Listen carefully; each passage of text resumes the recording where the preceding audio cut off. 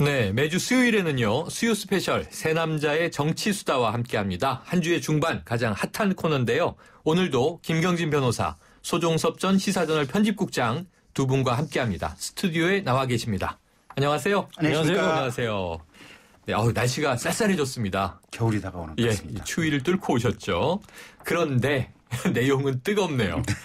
자, 이 지금 역사교과서 국정화 논란 계속 몇 주째 우리가 다루고 있지 않습니까? 네. 근데 매주 좀 국면이 바뀌어요. 네. 그러다가 지난 일요일 밤에 또 엉뚱한 사건이 하나 뻥 터졌죠. 네. 바로 이 비밀 태스크포스냐 아니면 합법적 공무냐. 지금 이게 이 정부 여당과 야당 입장이 대립하는 가운데 또 교육부 입장도 좀 다릅니다. 결국 이 태스크포스를 두고 오늘 국회에서 진실게임 벌어졌는데요. 자, 두 분 의견 먼저 여쭤볼게요. 이게 비밀 태스크포스인가요? 아니면 합법적인 공무조직인가요? 국장님 어떠세요? 글쎄, 비밀이라는 그 말을 붙이니까, 이제 굉장히 이제 엄청난 것이 있는 것 같은 느낌을 일단 받잖아요. 김태년 의원 음습하다 이런 표현도 썼어요. 저는 그런 표현은 쓰고 싶지 않은데, 근데 거기 이제 구성원들을 보면 애초에 저는 그게 딱 불거졌을 때, 네. 이 국정교과서 문제라는 게 물론 기본적인 부처가 이제 교육부지만 다양한 것들이 포함되어 있기 때문에 각 부처에서 일종의 좀 이게 차출해서 비밀리에 정부 차원에서 뭔가 좀 밀어붙이기 위해서 TF팀을 만들었구나. 저는 그렇게 이제 짐작을 했는데 나중에 이제 문건을 보니까 일단 하여튼 교육부 다 직원들로 구성이 돼 있고 그래서 제가 보기에는 이게 좀 그러니까 일 처리를 하는 과정에서 좀 문제가 있었다라고 저는 봅니다. 절차상 문제는 있었다. 그러니까 조직 자체를 물론 비밀이라는 것을 어떻게 보느냐의 문제가 있는데 네.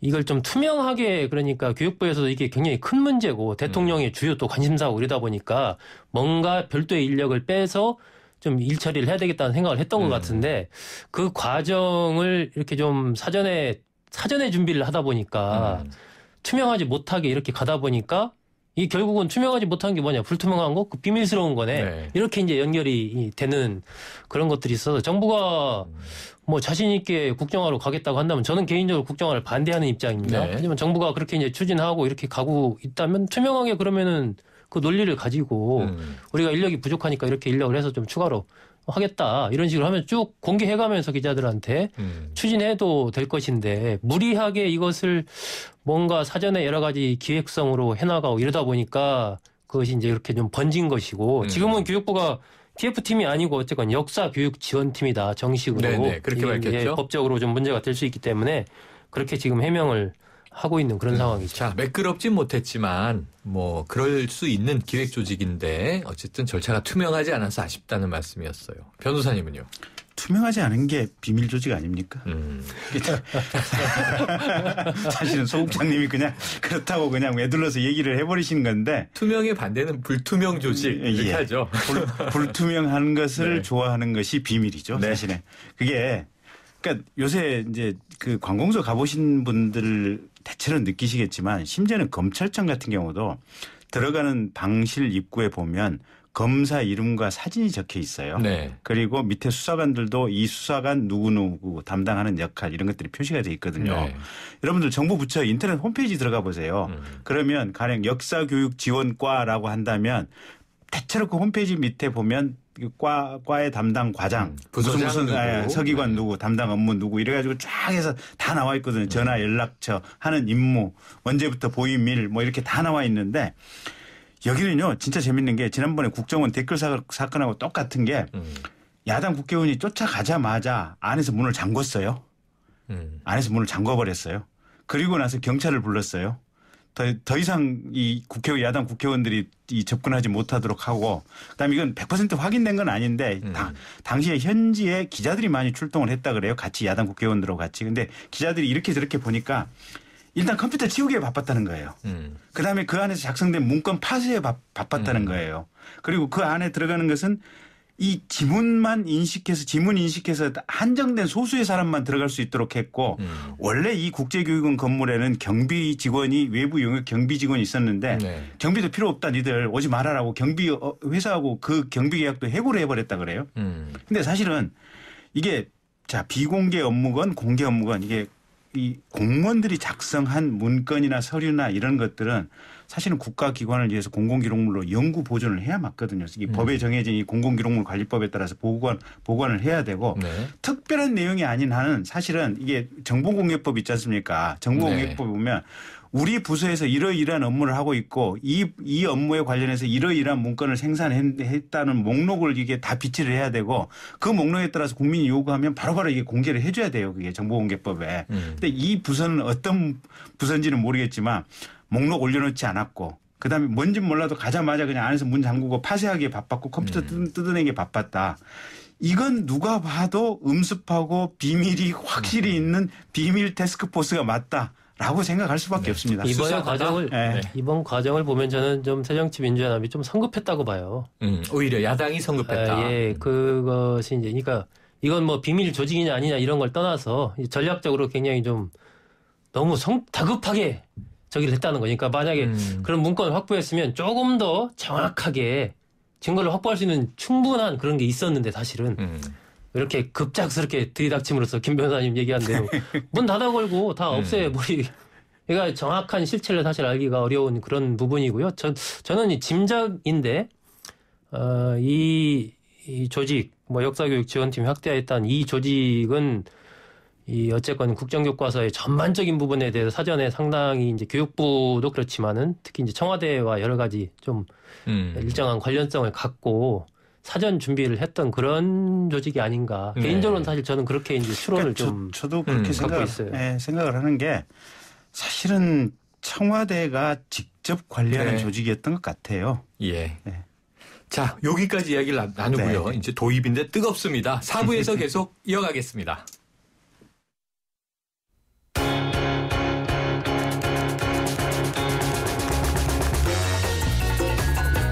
듣는 사람이 행복한 라디오 최영일의 YTN 뉴스 정면 승부. 뉴스 정면 승부 4부 시작합니다. 수요 스페셜 새남자의 정치수다. 김경진 변호사, 소종섭 전 시사저널 편집국장 계속해서 이야기 이어가겠고요. 청취자 여러분 의견은 문자 샵 0945로 보내주시길 바랍니다. 짧은 문자 50원, 긴 문자 100원에 정보 이용료가 있습니다. 자, 3부 이어서 계속 이어가 보겠습니다. 아까 이 새정치민주연합도 잘못했다. 소 국장님 그런 말씀 주셨어요. 제가 기자 시절에 이런 경험이 몇 번 있는데 제가 기자였다면 새정치민주연합처럼 하지 않습니다. 이 문건 입수해가지고 바로 그냥 그날 밤에 몰려가서 결국은 일요일 밤이었는데요. 그렇습니다. 이게 정확하게 실체를 확실하게 밝혀내지도 못하고 오히려 문 다 닫아 걸고 다 뭐 파쇄했는지는 모르겠지만 어쨌거나 그 이상 확보하지 못했어요. 최근의 흐름 봐서는 오히려 이게 이제 비밀 조직이라는 새정치민주연합의 주장이 그렇지 않다. 이 정식 어떤 교육부의 역사지원팀을 확대한 것이다라는 이 논리에 그걸 뒤집을 만한 것을 내놓지 못하고 있지 않습니까? 오히려 밀리는 흐름을 보이고 있어요. 그래서 저는 이게 이제 새정치민주연합이 여러 가지 뭐 많은 다양한 일들을 할 때 조금 더 전략적이고 이 좀 긴 안목에서 준비하고 어떤 일들을 해야 되는데 보면 너무 즉자적으로 그냥 바로 달려간다든지 바로 뭐 그냥 말을 해버린다든지 조금 국민들이 보기에 좀 이렇게 신뢰감 있는 사려 깊은 그러한 모습들을 좀 필요하지 않나. 그러니까 이 TF의 정황이 분명히 수상쩍긴 한데 심증은 있으나 물증을 못 내놓으면 야당이 오히려 이제 역논리에 밀릴 수 있단 말이에요. 자, 문제는 이거 하나 여쭤볼게요. 자, 이병기 대통령 비서실장 청와대가 일일이 국정교과서 지침을 내린 것은 없다 이렇게 이야기를 했어요. 연결해서 생각 말아주길 바란다 이렇게도 입장을 밝혔는데 결국 제일 핵심은 정치권에서 여야가 뜨거운 건 청와대의 개입 있었느냐 없었느냐. 김경진 변호사님 어떻게 보십니까? 글쎄요.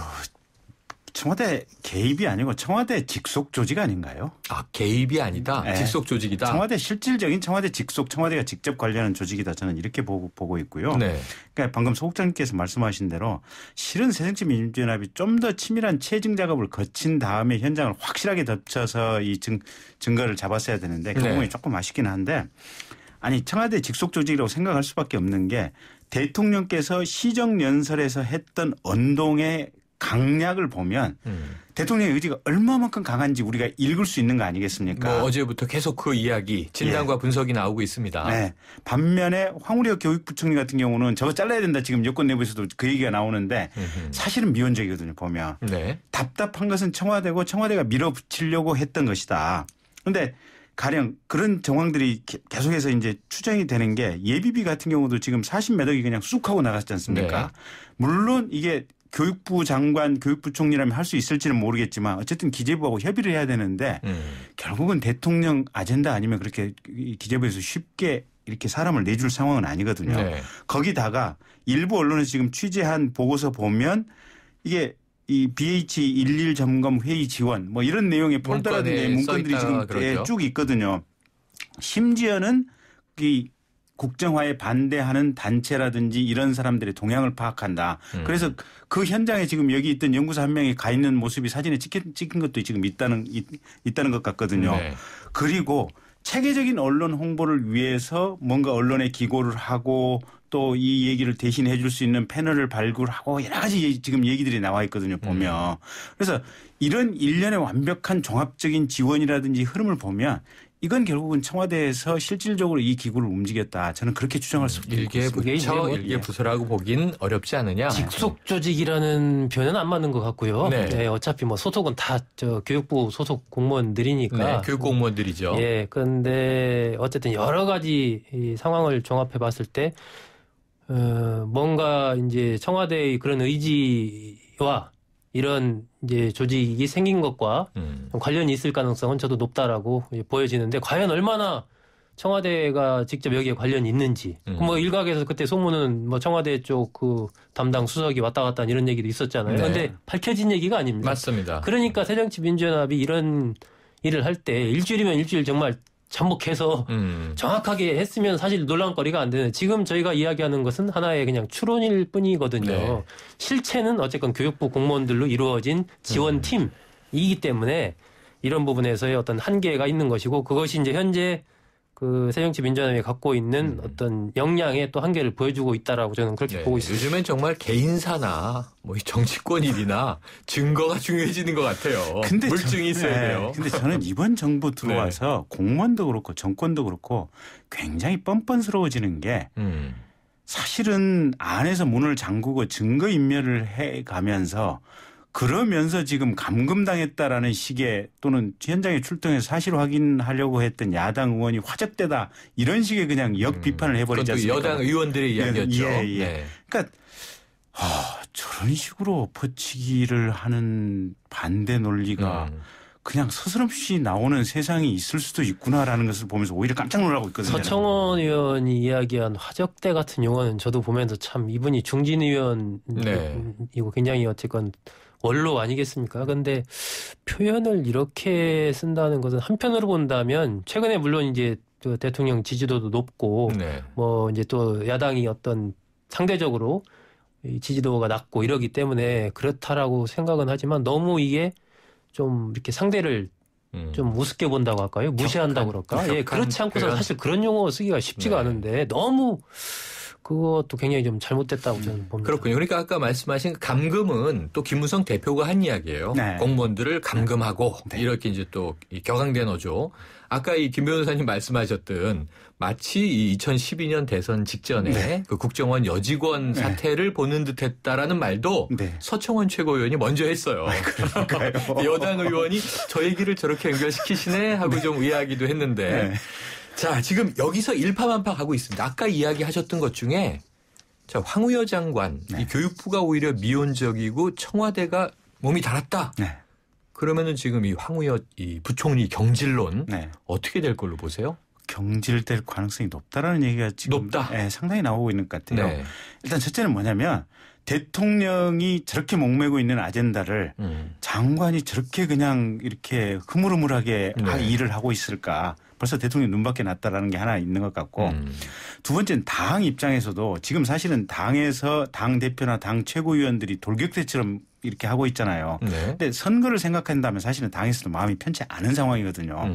그렇다고 한다면 실은 행정을 담당하고 있는 황우여 교육부 부총리가 이 돌격대 역할을 해야 되는데 거꾸로 지금 입장이 바뀌어 있다.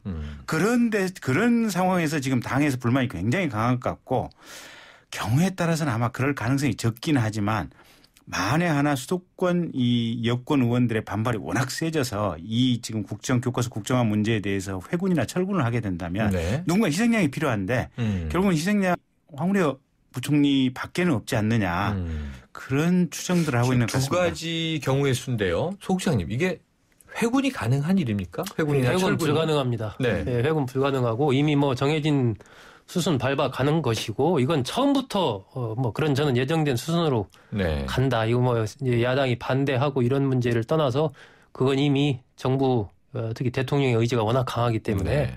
회군이란 있을 수가 없는 거고요. 남아 있는 것은 이제 5일날 다음 달 그 정식으로 고시하고 나면 행정 고시가 되고 딱 되면은 이제 어쨌건 절차가 끝나지 않습니까? 네. 지금 보면은 이제 이 현재 교과서 국면에서 최전선에 서 있는 건 김무성 대표예요. 네. 김무성 대표는 뭐 과거부터 이런 본인 소신도 좀 관련이 있어 보이고 여러 차례 얘기를 했지 않습니까? 역사 전쟁 얘기는 오래전부터 그렇습니다. 했죠. 그랬고 뭐 이번에 이제 오자 회동에서도 뭐 어쨌든 앞장서서 그 반대 상대 그 문재인 대표를 반박을 했고 그런데 황우여 교육부총리 같은 경우는 어쨌건 굉장히 미온적인 태도를 보이고 있기 때문에 굉장히 지금 친박계 의원들은 뭐 라디오 인터뷰 같은 데 나와서 경질을 해야 된다. 뭐 이렇게까지 얘기를 하고 있고 하기 때문에 저는 11월 5일 날 이제 고시가 확정이 되고 나면 어차피 이제 다음 내년 총선 출마를 위해서 사퇴를 해야 되잖아요. 황우여 그렇죠. 부총리도. 그렇죠.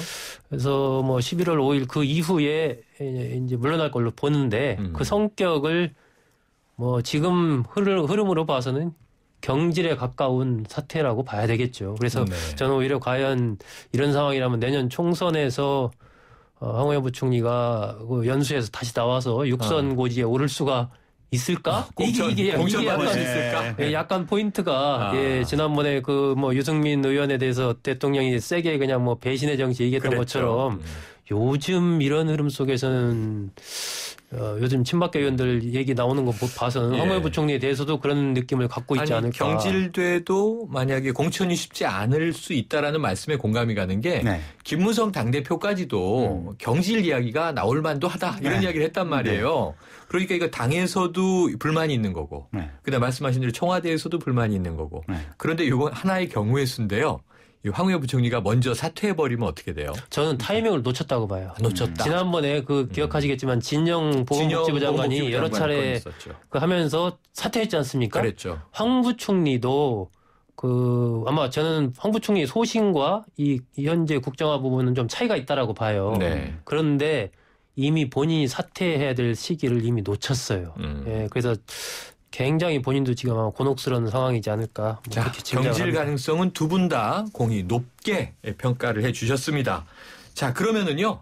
그 사이에 지금 무슨 일이 있냐 하면 아까 우리가 이제 저 태스크포스 비밀 조직이냐 합법적 공무 조직이냐 얘기를 했는데 대통령의 시정연설이 있었습니다. 시정연설. 세 번째 3년 연속으로 대통령이 보통 이제 취임 첫 해에만 시정연설을 하시고 그다음에 이제 국무총리 대독 형태로 이제 가는데 이 박근혜 대통령 이례적으로 3년 연속 직접 시정연설을 했어요. 네. 어떻게 평가하십니까? 근데 이거는 대통령이 뭐랄까 스킬이랄까 테크닉이 대단히 뛰어나다. 네. 특히 본인의 아젠다를 국민들에게 호소하고 홍보하는 능력은 정말 뛰어나다. 네. 왜냐하면 어쨌든 나와서 이 시정연설을 하면서 들어가 있는 콘텐츠는 특별히 새로울 게 없어요. 보면 매번 강조하시던 내용인데 똑같은 내용을 국회에 가서 본인 얘기를 한 번 더 함으로써 근데 그게 언론에서 최소한 1박 2일 내지 2박 3일은 계속해서 이게 다뤄지게 되거든요. 네. 그러면 국민들은 듣고 싶건 듣고 싶지 않든 자연스럽게 대통령의 말씀과 그 기조를 계속해서 반복적으로 들을 수밖에 없는 이 구도로 가게 되는 것이고 그게 그러면 결국은 대통령의 생각이 그대로 국민들에게 전달되는 흐름이 있다. 네. 그래서 대통령이 자기 아젠다, 자기 이슈를 국민들에게 흡수시키는 것은 굉장히 탁월한 능력을 가지고 있다. 저는 이제 그렇게 보고 있고 네. 이 국정교과서 문제도 이번에 아주 지금 강하게 얘기를 하셨지 않습니까? 네. 이게 결국은 자기 얘기를 국민들에게 확고하게 지금 비춰주는 건데 재밌는 게 이제 이런 게 있는 것 같아요. 이 국정교과서 문제가 워낙 지금 강하게 가면서 사실은 각 당 내부에서 당의 정치 개혁이라든지 선거 개혁, 공천 개혁 문제가 완전히 지금 스톱이 돼 있는 상태. 블랙홀이라고 네. 계속 얘기하고 있습니다. 스톱돼 있는 상태거든요. 그런데 결국 이게 스톱이 돼 있다면 마지막 순간에는 지금 하던 현 제도가 그대로 갈 수밖에 없는 이런 구도가 만들어지는 네. 것이고 결국 대통령이 현재의 새누리당 구도로 간다면 서류에서 자를 수 있는 그러니까 김무성 대표가 추진하고자 했던 정치 계획이 완전히 무산되고 그러면 심지어는 유승민 의원이나 황우려 교육부총리도 심지어는 서류 공천 과정 심사 과정에서 서류에서 탈락할 가능성도 배제할 수 네. 없다. 저는 그런 생각도 들더라고요. 저는 어쨌건 이번에 그 대통령이 시정연설을 과거 역대 대통령들 보면 취임 첫 해 국회에서 하고 그 뒤부터는 이제 국무총리가 대독하고 되게 그렇죠. 그랬거든요. 네. 근데 어쨌건 박근혜 대통령이 계속해서 세 번째 나와서 시정연설을 한다. 이런 전통을 갖고 가는 건 굉장히 좋다. 네. 예, 후임 대통령도 그런 걸 따랐으면 좋겠다는 그런 생각을 좀 가지고 있고요. 이번에 아젠다에서 경제, 개혁, 민생, 일자리 이런 키워드가 많이 있었습니다. 맞습니다. 예, 그것도 뭐 상황을 정확하게 짚었다라고 보여지는데 단지 시정연설인데 교과서 얘기를 마지막에 한 페이지 하면서 교과서가 시정연설을 다 잡아먹었어요. 아, 오히려? 시정연설이라는 게 원래 예산안을 설득한 자리인데 그렇죠. 교과서가 주 이슈가 되면서 그런 부분은 상당히 좀 잘못된 거 아닌가 그런 생각을 갖습니다. 예, 오늘도 뭐 뜨거운 얘기로 시간이 다 가버렸습니다. 다음 주를 또 기약하면서 오늘 두 분 말씀 감사합니다. 감사합니다.